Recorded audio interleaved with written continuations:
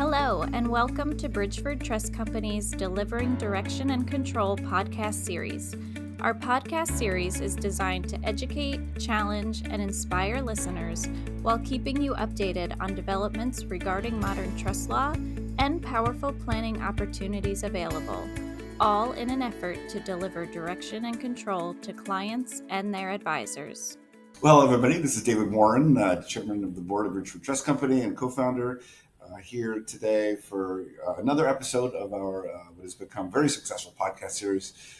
It's been a delight to interview and talk with so many thought leaders, not only around the United States, but really across the globe, talking about big ideas and trends in our industry, our financial services, planning, legal, and all of the things that impact the great work that we all do for our clients across the globe.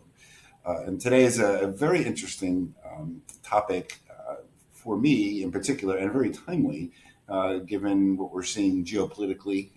And there's really no secret that we're seeing some things come out of the United States that we've never seen before. And there's probably political unrest across the globe that could be somewhat historic.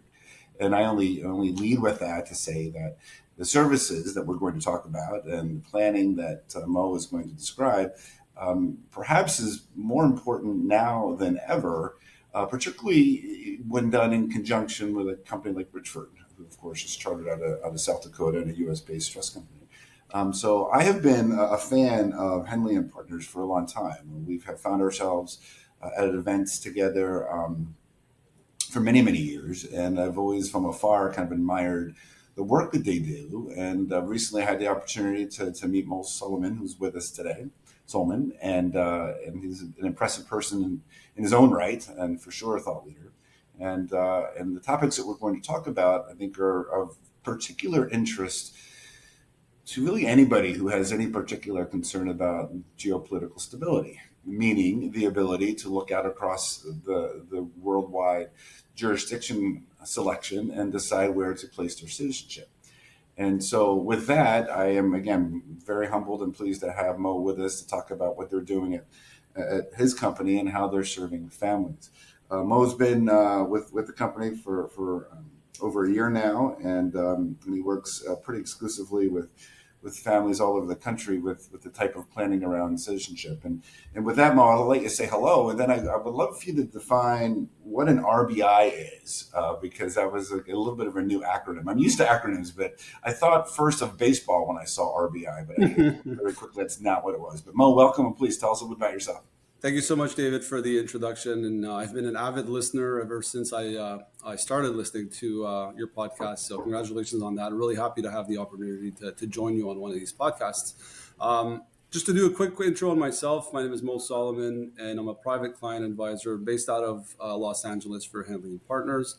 And what is Henley Partners, just quickly? I mean, we're the global leader when it comes to residency and citizenship by investment around the world.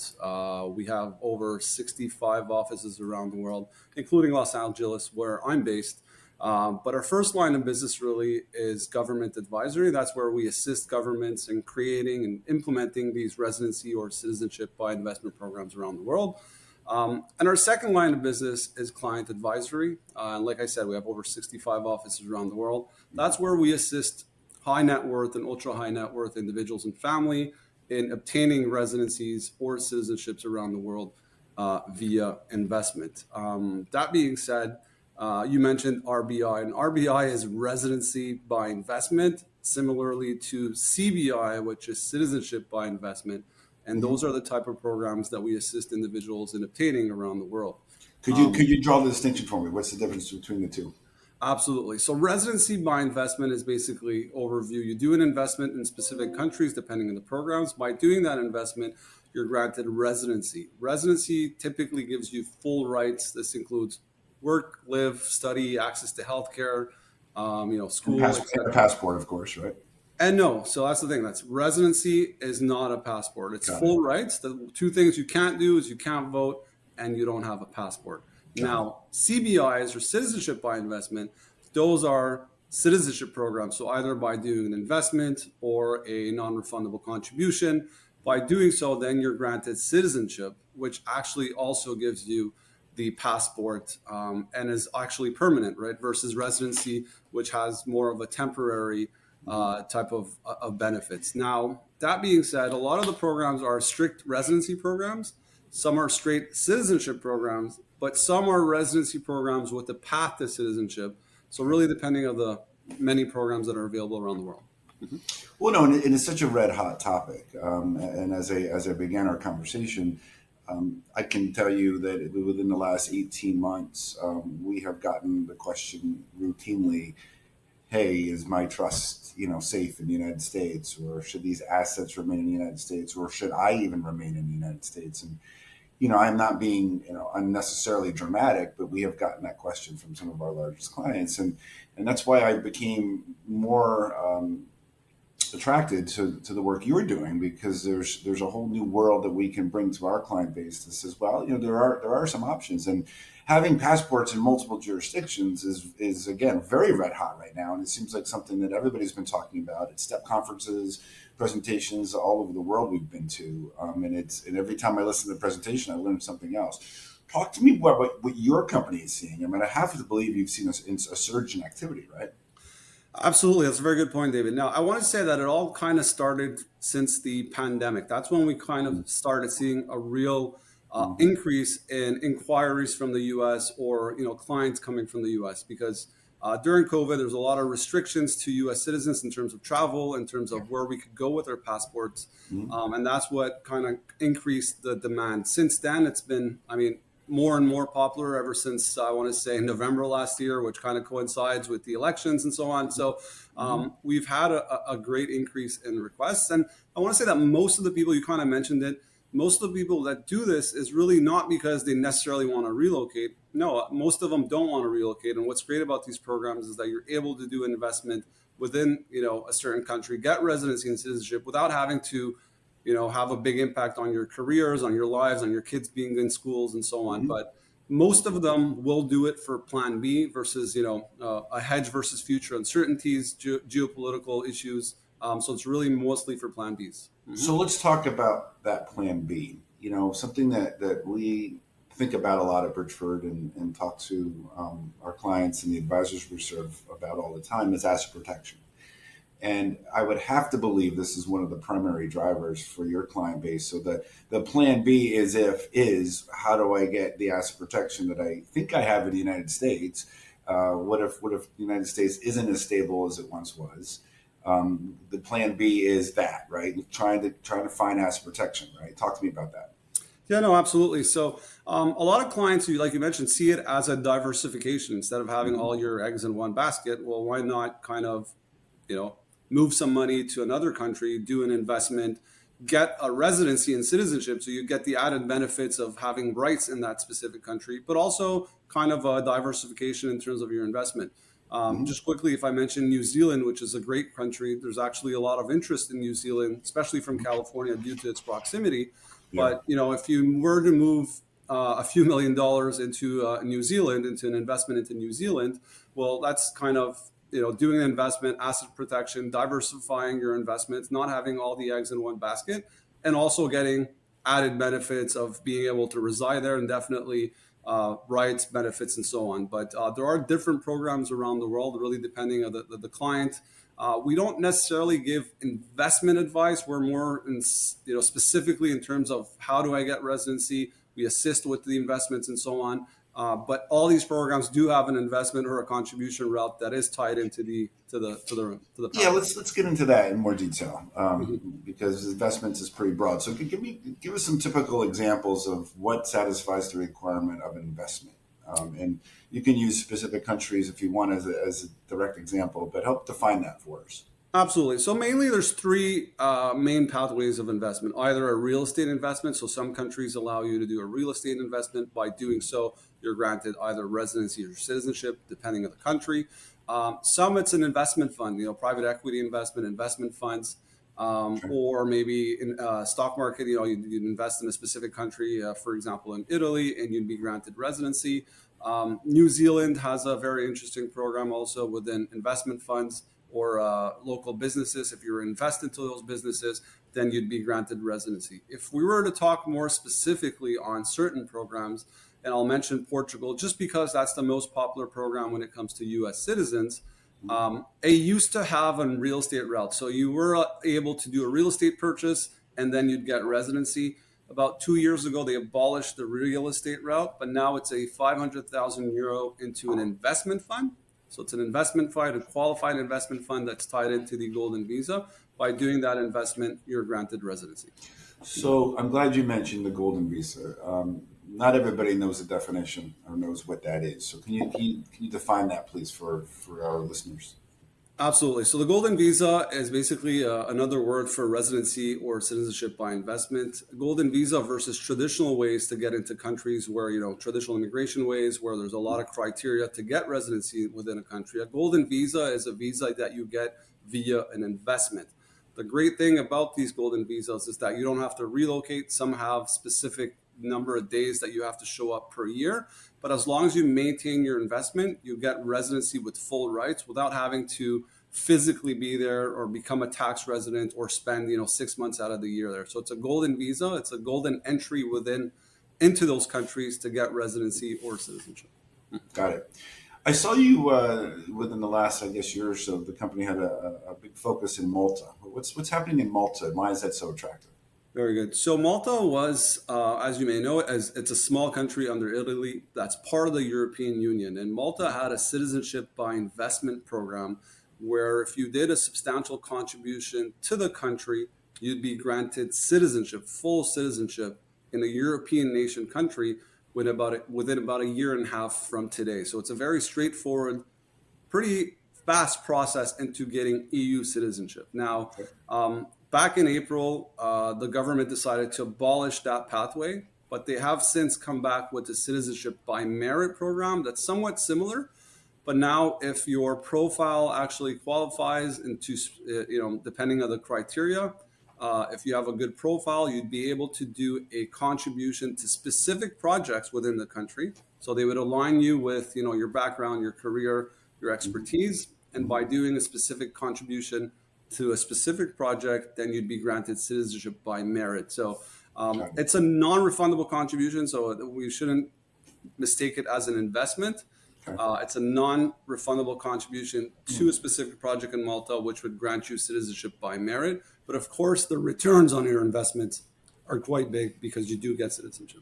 So I'm glad you drew that distinction. So ordinarily, the investment can be returned if the family or the individual doesn't want the connection with that country anymore. Talk to me about that.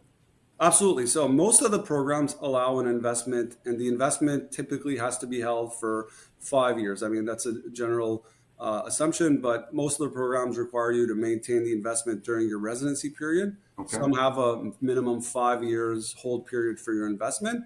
But yes, you can withdraw the investment depending on the program, and you can withdraw the investment once you obtain citizenship. So each program has a specific type of criteria or rules that we have to follow. In terms of citizenship by investment or citizenship by merit, it's a non-refundable contribution. So you're basically writing a donation to a specific project and obtaining citizenship. Yes. No, it makes a lot of sense. Let's go back to motivating factors and why individuals and families want to do this. So we've certainly identified the asset protection piece of it. What about overall legacy planning? What does this look like for mom and dad? Let's say mom, the patriarch or matriarch, decides that she wants a plan B, establishes plan B, and we're going to get to how you advise people on their plan B selection. But before we get there, how does it work relative to legacy planning for subsequent generations, meaning their kids, obviously, and their kids? I mean, is it something that they can enjoy and take advantage of, or does next generation have to go through the whole process again if they want to remain connected to that country? Talk to me about that.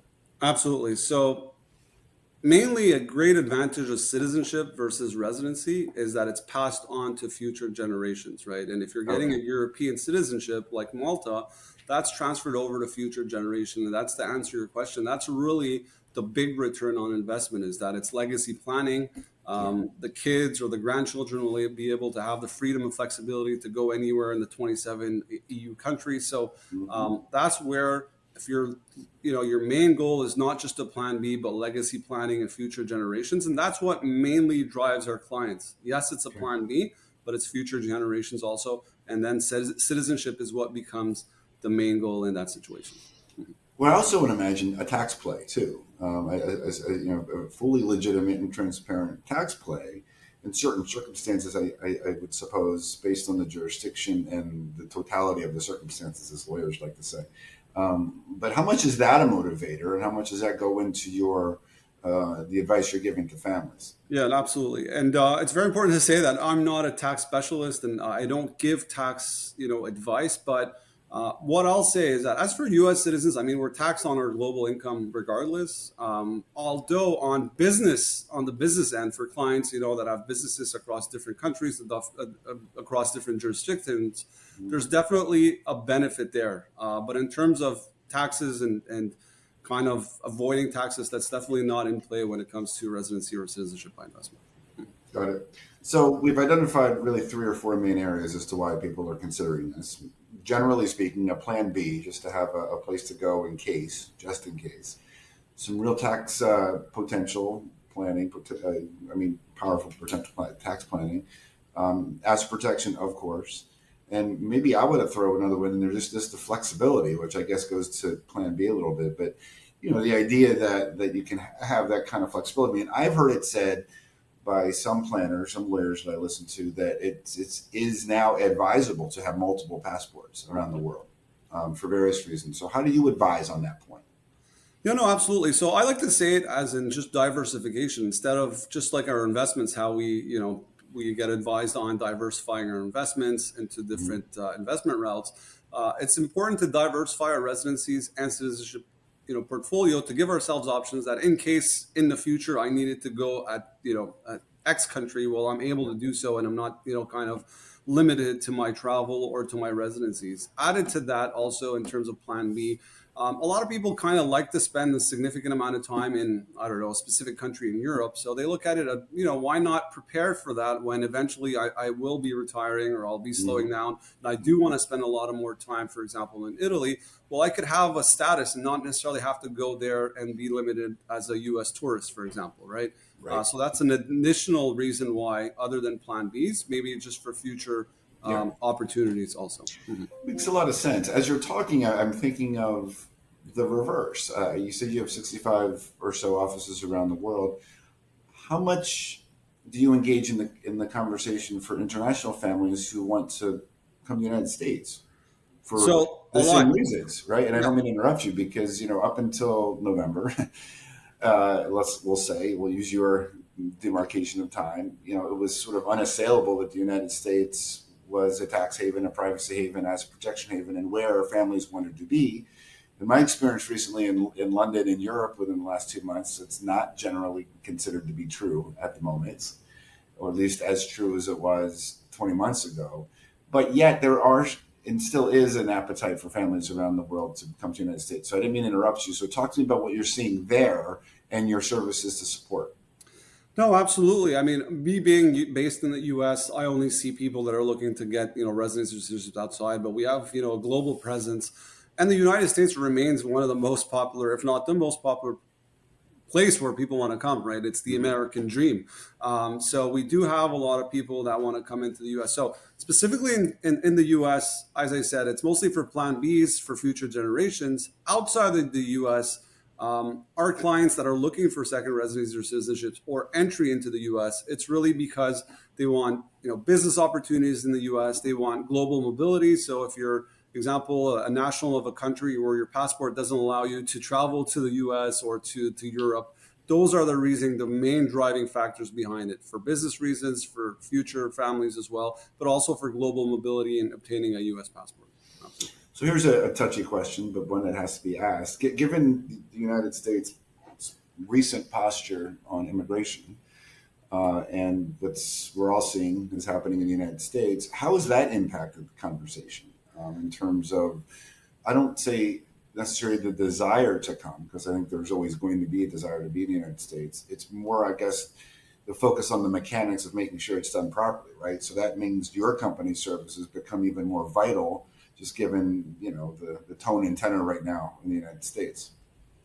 Yeah, no, absolutely. So we get a lot of inquiries on people inquiring into coming into the U.S. I don't touch those personally because I work in the U.S. and I don't have access to those type of inquiries. But what we do, there's different programs to come into the U.S. As you may have heard recently, there's an increase in terms of the fees and so on. There's different EB visas that allow clients or individuals to come into the U.S.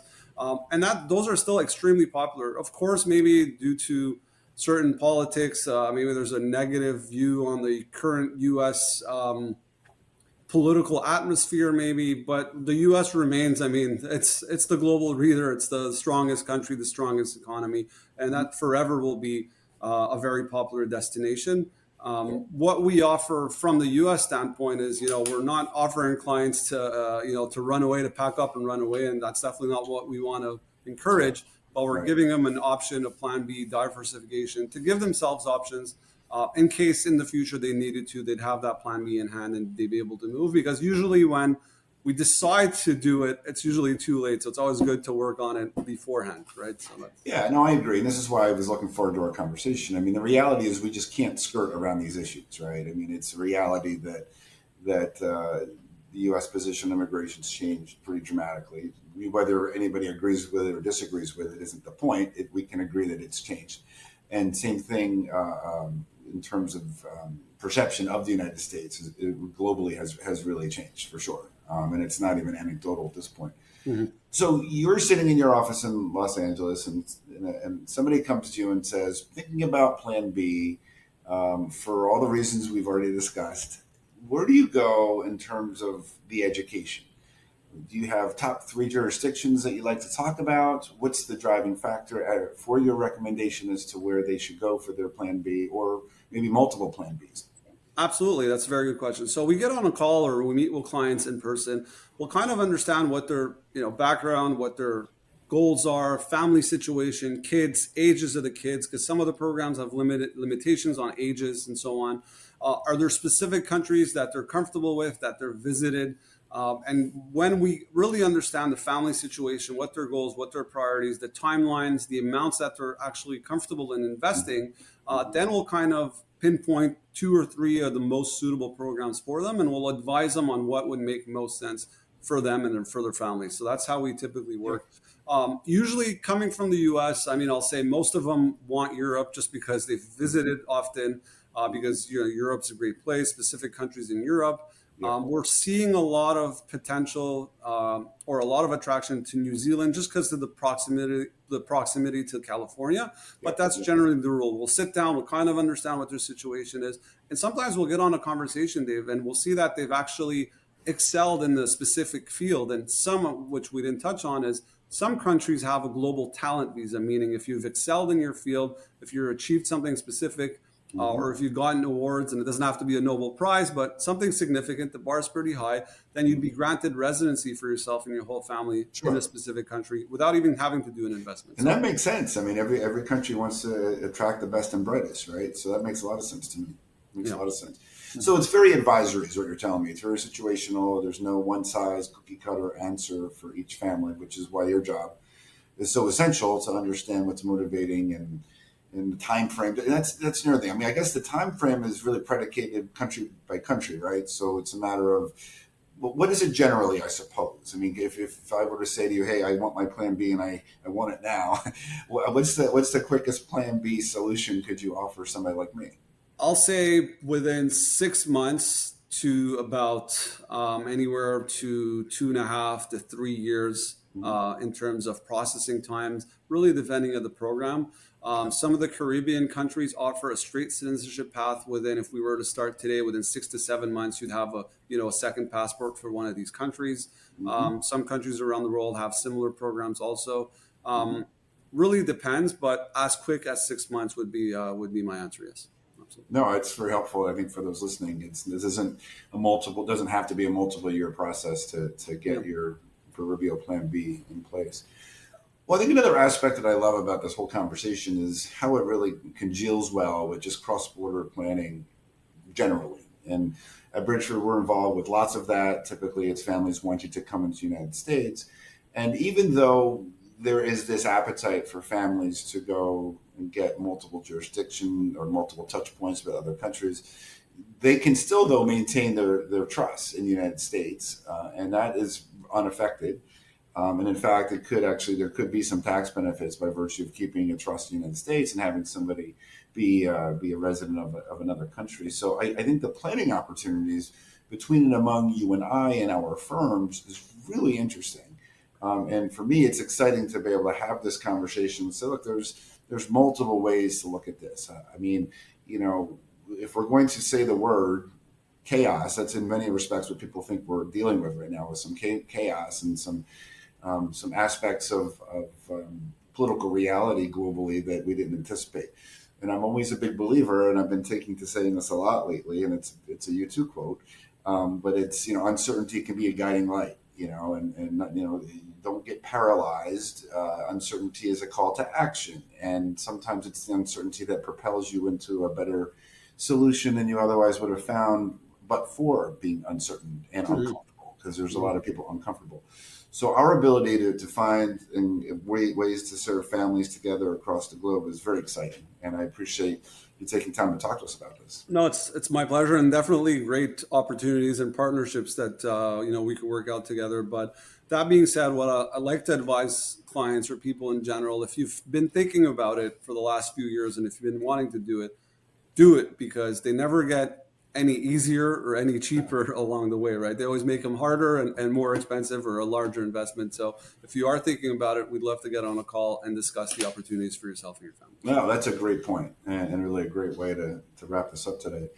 Mo, again, it's been great getting to know you and understand the sophistication of your company and the great work you're doing for families literally all over the world.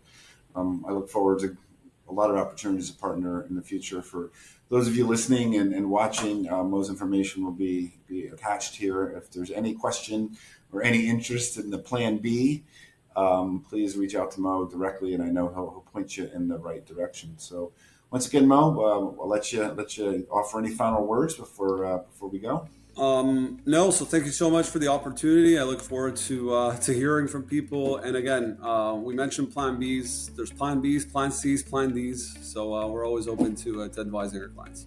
Excellent. Thank you. Thank you.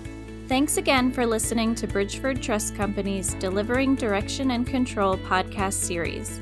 Be sure to subscribe to our podcast to keep posted on when new episodes are added. And for more information, you can visit us online at bridgefordtrust.com.